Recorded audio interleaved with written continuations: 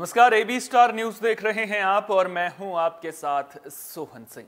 वक्त हो चला है अपना उत्तर प्रदेश का, जिसमें बात करेंगे यूपी की तमाम अहम खबरों की। सबसे पहले बात करेंगे फिरोजाबाद की, जहां दर्दनाक सड़क हादसे की खबर सामने आई है। आपको बता दें कि फिरोजाबाद में हुए इस सड़क हादसे में 5 लोगों की मौत हो गई है।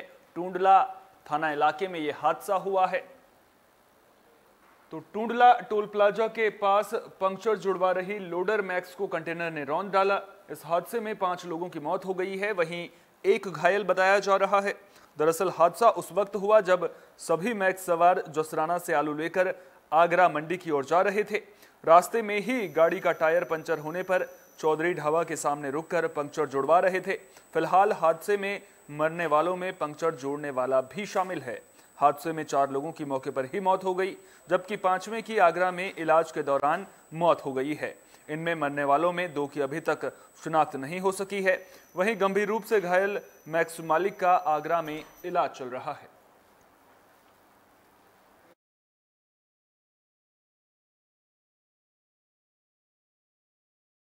वो गाड़ी पंचर मैक्स थी, आगरा जा रही थी आलू भर के, उसको पंचर जुड़वा रहे थे। पंचर जुड़वाने के कारण एक ट्रक पीछे से आया रेस में स्पीड में, उसमें आने के कारण मैक्स में ठोक दी उन्होंने। तो वहाँ लोग पास में खड़े हुए थे, वो सारे लोग दब गए। 4-5 लोग जो थे, 5 लोग दब के उनकी मृत्यु हो गई।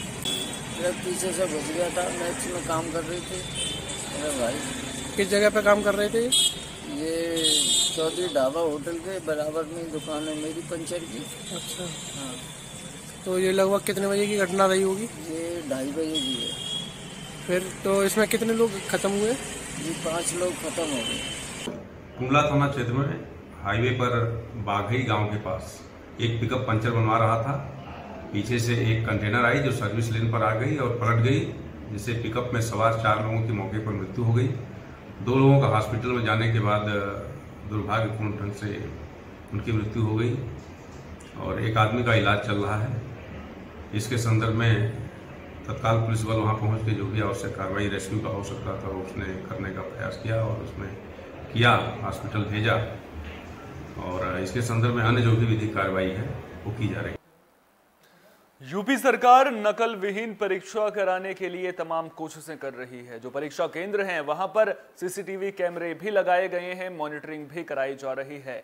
लेकिन अगर हम आपको बताएं कि देवरिया में प्रधान के घर पर बच्चे परीक्षा देते हुए नजर आ रहे हैं तो आप क्या कहेंगे? जी हां, देवरिया से ऐसा ही मामला सामने आया है। बरहज थाना इलाके के बड़का गांव के प्रधान के घर यूपी बोर्ड की हाई स्कूल परीक्षा की कॉपी लिखते हुए 9 लोग पकड़े गए हैं। एसडीएम की कार्रवाई के बाद गांव में अफरा तफरी मच गई। मौके से पुलिस ने काफी संख्या में हाई स्कूल की प्रथम पाली की चित्रकला विषय की परीक्षा के प्रश्न पत्र और कॉपी बरामद की हैं। जानकारी के मुताबिक बरहज एसडीएम ध्रुव कुमार शुक्ला को किसी ने सूचना दी थी कि बड़का गांव के प्रधान के घर पर नकल माफिया हाई स्कूल चित्रकला की कॉपियां लिख रहे हैं। जानकारी मिलते ही उन्होंने नायब तहसीलदार जितेंद्र और थानेदार टीजे सिंह को मौके पर भेजा। टीम ने ग्राम प्रधान के घर की घेराबंदी कर छापेमारी की तो कई लोग प्रश्न पत्र के साथ कॉपियां लिखते हुए पकड़े गए।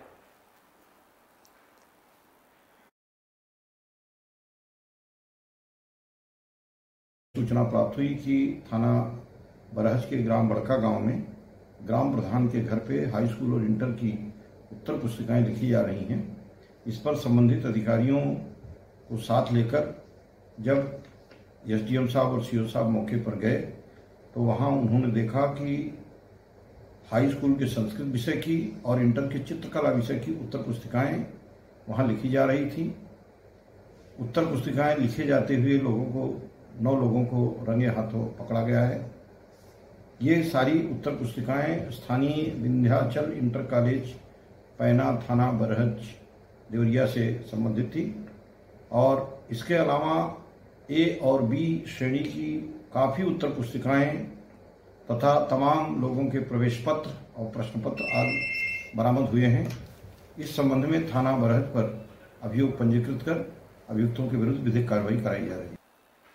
बुलेटिन में अब बात बलरामपुर की भी कर लेते हैं। दरअसल बलरामपुर के अस्पताल में ब्रोकर्स की भीड़ लगी हुई है, जिसकी वजह से मरीजों को खासी दिक्कतों का सामना करना पड़ रहा है।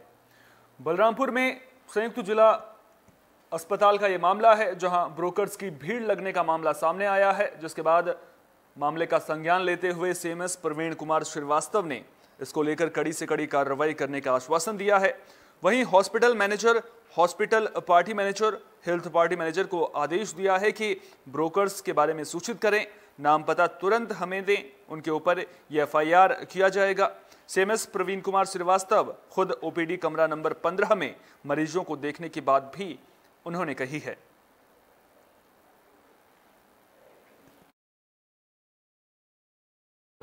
हॉस्पिटल में ब्रोकर्स की भीड़ लग रही थी, मुझे संज्ञान में आया। मैंने hospital manager, hospital quality manager और हेल्प डेस्क मैनेजर को आदेशित किया कि इनके बारे में मुझे सूचित करें, इनके नाम पते वगैरह, और इन्होंने ज़्यादा कोई कार्रवाई नहीं की तो मुझे विवश होकर के अब स्वयं ही ओपीडी 15 नंबर कमरे में बैठना पड़ रहा है और इन पर निगरानी रखनी पड़ रही है। तो कल से तो कोई ब्रोकर यहाँ फटक नहीं रहा है और मैंने निश्चय किया कि मैं 2 बजे ओपीडी भी करूँगा और उसके बाद ऑफिशियल काम करूँगा और जो भी ब्रोकर आएगा उसको चेक करूँगा। यूपी विधानसभा चुनाव में शानदार प्रदर्शन के बाद एक बार फिर से यूपी में योगी सरकार बन गई है और योगी सरकार बनने के बाद एक बार फिर बुलडोजर काम पर लग गया है। मुख्यमंत्री योगी आदित्यनाथ भी फुल एक्शन में नजर आ रहे हैं। उनके एक्शन को देखकर अफसर भी फुल फॉर्म में नजर आ रहे हैं। लगातार अवैध निर्माणों पर बाबा का बुलडोजर चल रहा है। इसी बीच बुधवार को बाबा का बुलडोजर चलने की खबर हजरतगंज के बालू अड्डे से सामने आई। यहां बिना मानचित्र अवैध तरीके से बनाए गए अपार्टमेंट अब गिराया जा रहा है। इसी कड़ी में अब बिल्डर याजदान के अवैध अपार्टमेंट पर एलडीए का बुलडोजर चला। इस दौरान लखनऊ विकास प्राधिकरण के अधिकारी मौके पर पहुंचे थे। उनके साथ बड़ी संख्या में पुलिसकर्मी भी मौजूद थे।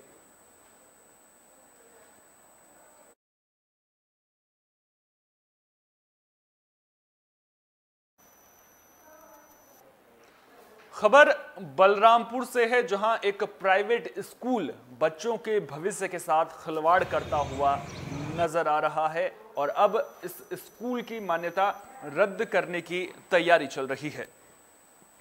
बता दें कि सिटी पैलेस के पास संचालित सेंट जॉर्ज कॉन्वेंट स्कूल से फर्जीवाड़े का मामला सामने आया, जो तेजी से तूल पकड़ता हुआ नजर आ रहा है।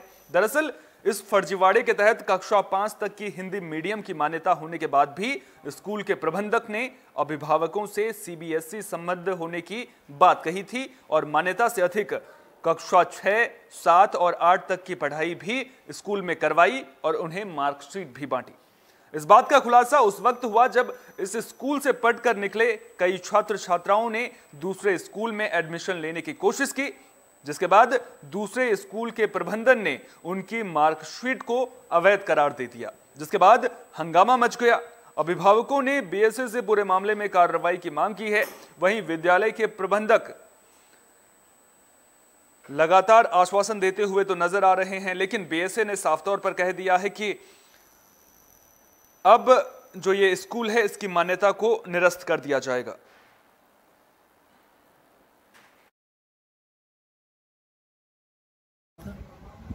सेवन का एग्जाम दिया है। 7 का एग्जाम दिया है। क्या आपको मालूम है उस विद्यालय का केवल 5वीं तक मान्यता है? ये हमको नहीं मालूम। तो मार्कशीट आपको मिल गया? मार्कशीट नहीं मिला। मार्कशीट 6 का मिला था, 7 का नहीं मिला। 6 का मिला था। क्या हिंदी मीडियम है, इंग्लिश मीडियम है, आपको मालूम है? वो तो बताए थे इंग्लिश मीडियम है। वो तो हिंदी मीडियम से उसका विद्यालय का मान्यता है 5वीं तक। ये भी हमको नहीं मालूम था। कितने बच्चे आपके पढ़ रहे थे? 2 बच्चे। क्या क्या नाम है बच्चों का?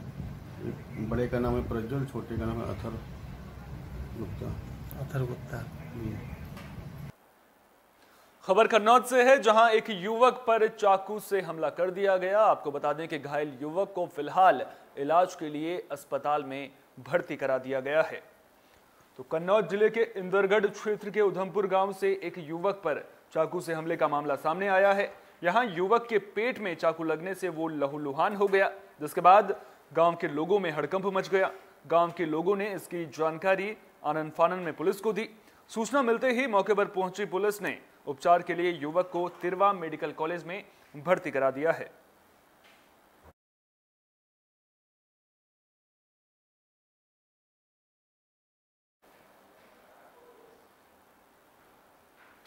पुलिस की कार्यशैली पर अक्सर आपने सवाल उठते हुए देखे होंगे, पुलिस की कार्यशैली को लेकर आवाज बुलंद होती हुई देखी होगी, लेकिन गाजियाबाद पुलिस का जो चेहरा सामने आया है, जो काम गाजियाबाद पुलिस ने किया है, अब हर कोई उसकी तारीफ कर रहा है। थाना विजयनगर के बाईपास चौकी प्रभारी अंकित चौहान ने एक गरीब परिवार की मदद करते हुए 3 बच्चों का एक निजी स्कूल में दाखिला कराया और कॉपी किताबें भी वितरित की। इतना ही नहीं, पहले भी ऐसे अनेक नेक काम वो कर चुके हैं, जिनमें एक गरीब लड़की की शादी कराकर पुलिस ने कन्यादान किया था, तो वहीं कई बच्चों को परिवार से मिलवाया था। आपको बता दें कि एक महिला थाने में पहुंची थी, उसने अपने पति की शिकायत थाने में की थी, लेकिन जब उससे पूछताछ की गई तो पता चला कि परिवार की आर्थिक स्थिति दयनीय है और महिला का पति भी अपने बच्चों की देखभाल सही ढंग से नहीं कर रहा है, जिसके बाद चौकी इंचार्ज ने दरियादिली दिखाई और 3 बच्चों का एडमिशन, इस गरीब परिवार के 3 बच्चों का एडमिशन स्कूल में करवाया है।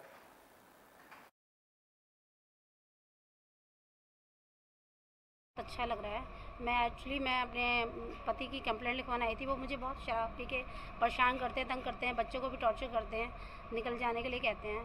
तो मैं मारपीट होती है बहुत ज़्यादा रोज़ डेली। मैं इनकी कंप्लेंट करवाने आई थी, तो मुझे मतलब इंचार्ज अंकित नाम है उनका, सर का, तो उन्होंने मेरी कंडीशन देख के मुझे एडमिशन के लिए अनुमति दी है। मैं बहुत खुश हूँ। मथुरा से हैरान करने वाला मामला सामने आया है। दरअसल यहां एक पेयजल लाइन बिछाई जा रही है, लेकिन ये पेयजल लाइन यहां रहने वाले लोगों के लिए मुसीबत का सबब बन गई है। तो वृंदावन से सरकारी विभागों की ओर से निर्माण कार्यों में बरती जाने वाली लापरवाही और मानकों की अनदेखी किए जाने का खामियाजा जनता को भुगतना पड़ रहा है। इसी को लेकर इन दिनों वृंदावन की छिपी गली में नगर निगम की ओर से पेयजल लाइन डालने के बाद से मकानों में दरारें आने का सिलसिला शुरू हो गया है।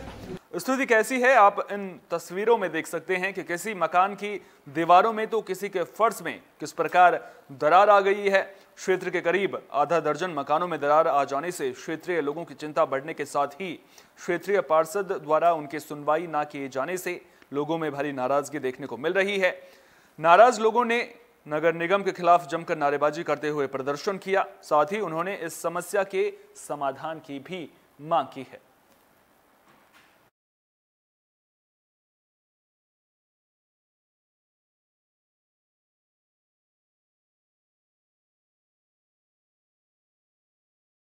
ये विरोध नहीं बल्कि ये एक सजेशन था जिस समय ये लाइन डाली गई थी कि इस लाइन को जो है मानक के अनुरूप ही डाला जाए, लेकिन इस तरीके से डाली नहीं गई और उसका नतीजा ये हुआ कि लाइन जगह जगह से ब्रेक हो रही है और आगे भी ब्रेक होती रहेगी। क्योंकि एक तो इसमें जो है इससे नीचे है लोअर लेवल पर लोहे की लाइन पहले से पड़ी हुई थी। जिस समय ये लाइन डालने की तैयारी हुई थी उस समय भी हमने पार्षद जी से भी कहा था और जो पार्षद जी के साथ में कार्य करने वाले हैं उन सबको भी आगाह किया था कि ये लाइन नुकसानदेह रहेगी। हमारा परसों से लाइन डली है, उसी रात से हमारा मकान फट गया है। की लाइन डली है, कौन सी जगह है? पानी की लाइन डली है, छिपी गली से। तो क्या मकान फट गया है? हाँ, मकान फट गया है। कितने मकान फट गए लगभग यहाँ पे? 5-6 मकान फट गए। देवरिया में 2 पक्षों के बीच विवाद का मामला सामने आया है। दोनों पक्षों के बीच जमकर लाठी डंडे चले। आपको बता दें कि इस मारपीट का वीडियो अब तेजी से वायरल हो रहा है। भीकमपुर गांव के चयापुर टोला पर 2 पक्षों के बीच मारपीट का मामला सामने आया है। इस दौरान जमकर लाठी डंडे चले, जिसमें कई लोग घायल हो गए हैं, जिसके बाद दोनों पक्षों में हुई इस मारपीट का वीडियो अब सोशल मीडिया पर तेजी से वायरल हो रहा है। आप तस्वीरों में भी देख सकते हैं कि किस तरह से दोनों पक्ष एक दूसरे के साथ लाठी डंडों से मारपीट करते हुए नजर आ रहे हैं और इस दौरान कानून व्यवस्था का खुलेआम उल्लंघन होता हुआ नजर आ रहा है। दोनों पक्ष एक दूसरे पर हमलावर नजर आ रहे हैं। कोई भी बीच बचाव करने की कोशिश करता हुआ या फिर पीछे हटने को तैयार नजर नहीं आ रहा है।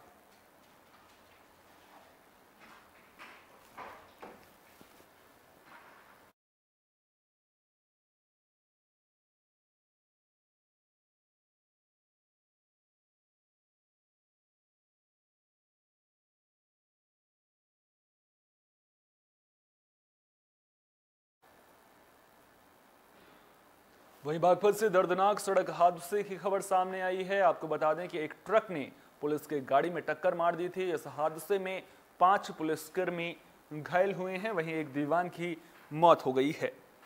तो यूपी के बागपत में ईस्टर्न पेरिफेरल के ऊपर मंगलवार की देर शाम एक दिल दहला देने वाली घटना सामने आई। यहां एक पुलिस की गाड़ी हरियाणा के जींद कोर्ट से 3 मुलजिमों को नैनीताल हल्द्वानी के पुलिस पेशी से वापस लेकर जा रही थी, जिसमें 5 पुलिसकर्मी और 3 आरोपी को हरियाणा पेशी पर ले गए थे। वहां से लौटते वक्त पीछे से ट्रक ने पेरिफेरल पर अचानक टक्कर मार दी, जिसमें 5 पुलिसकर्मी घायल हो गए। जिसके बाद घटना की सूचना पुलिस को दी गई। मौके पर पहुंची पुलिस ने सभी घायलों को अस्पताल भेज दिया, जिसमें से एक दीवान की मौके पर ही मौत हो गई। वहीं तीनों आरोपियों को भी हल्की चोटें आई हैं, जिन्हें इलाज के लिए अस्पताल पहुंचा दिया गया है, जहां उनका इलाज चल रहा है।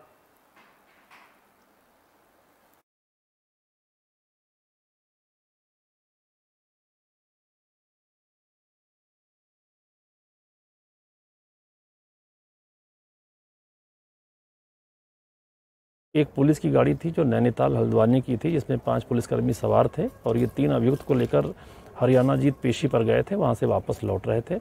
पीछे से ट्रक ने टक्कर मार दी है, जिसमें 5 पुलिसकर्मी हैं जो कि घायल हुए हैं। सबको अस्पताल लाया गया है, जिसमें से एक आरक्षी अरुण, उसकी दुखद मृत्यु हो चुकी है और बाकी जो 4 पुलिसकर्मी हैं, मनोज की हालत थोड़ी गंभीर है, बाकी लोगों को हल्की चोटें आई हैं। 3 जो अभियुक्त थे उनको भी हल्की चोटें आई हुई हैं, उनका भी उपचार कराया जा रहा है। नैनीताल पुलिस से संपर्क कर लिया गया है, वहाँ अवगत करा दिया गया है और जो ट्रक था जिसने एक्सीडेंट किया था उसको कब्जे में ले लिया गया है, आवश्यक वैधानिक कार्रवाई की। गाजियाबाद में अवैध पिस्टल लोड करते वक्त अचानक गोली चल गई। आपको बता दें कि गोली युवक के पेट में लगी है, जिसे इलाज के लिए अस्पताल में भर्ती करा दिया गया है। तो गाजियाबाद के मसूरी इलाके में मंगलवार को अवैध पिस्टल लोड करते वक्त अचानक गोली चल गई। इस दौरान एक युवक को पेट में गोली लगी है, जिसके बाद उसके दोस्तों ने उसे अस्पताल में भर्ती कराया, जहां उसकी हालत नाजुक बनी हुई है। दोस्तों ने पुलिस को यह कहकर बरगलाने की कोशिश की कि बदमाशों ने उसे गोली मारी है, लेकिन पूछताछ में सच्चाई सामने आई है। इस मामले में एक दोस्त को भी गिरफ्तार कर पिस्टल बरामद कर ली गई है।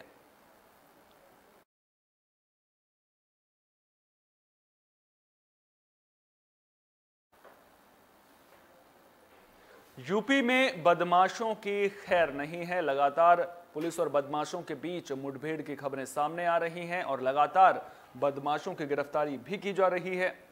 इसी कड़ी में फिरोजाबाद के मक्खनपुर थाना पुलिस की बीती देर रात जंगल में मुठभेड़ हो गई, जिसमें एक बदमाश के पैर में गोली लगी है, जिसे गिरफ्तार कर लिया गया है, जबकि 3 बदमाश अंधेरे का फायदा उठाकर मौके से फरार हो गए। बदमाशों का ये गैंग एक ई-रिक्शा छीनकर भाग रहा था। इसकी जानकारी जैसे ही पुलिस को मिली तो पुलिस ने बदमाशों को घेर लिया। बीती देर रात शांतिपुल के पास ई-रिक्शा चालक कासिम को 4 अपराधियों द्वारा मारपीट कर उनसे ई-रिक्शा छीनी गई थी, जिसकी सूचना डायल 112 पर पुलिस को मिली थी। जिसके बाद पुलिस ने कार्रवाई करते हुए एक बदमाश को गिरफ्तार कर लिया है। बाकी 3 बदमाशों की तलाश जारी है।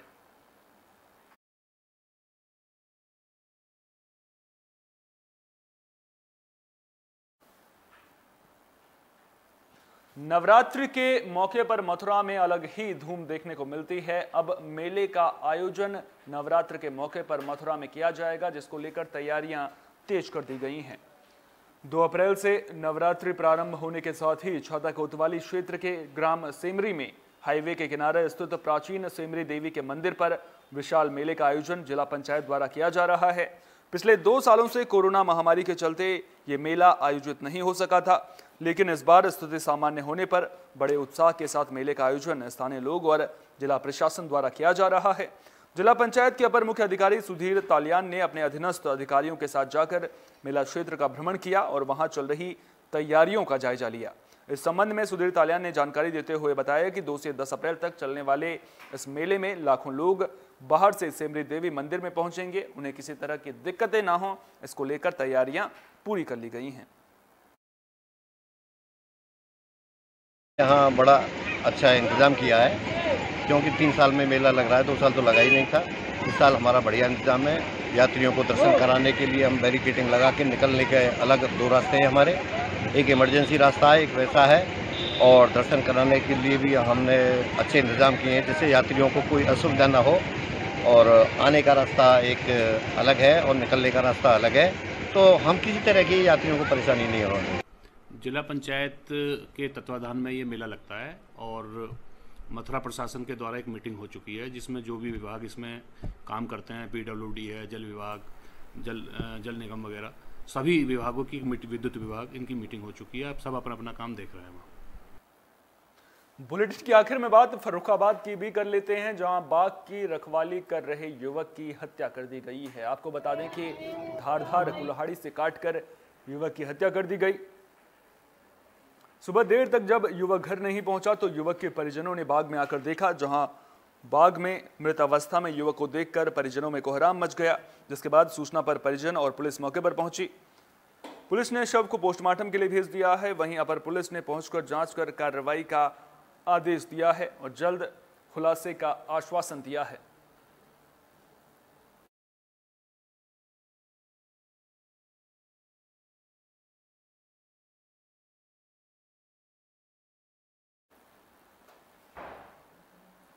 तो युवक की कुल्हाड़ी से काटकर हत्या कर दी जाती है। सवाल उठता है कि आखिर पुलिस इस हत्याकांड की गुत्थी को कब तक सुलझा पाएगी। वहीं परिजनों का युवक की हत्या के बाद से रो रो कर बुरा हाल है। परिजन लगातार ये मांग कर रहे हैं कि आरोपी के खिलाफ जल्द से जल्द कार्रवाई की जाए, आरोपी को सलाखों के पीछे भेजा जाए। देखना दिलचस्प होगा कि पुलिस आरोपी तक कब तक पहुंच पाती है।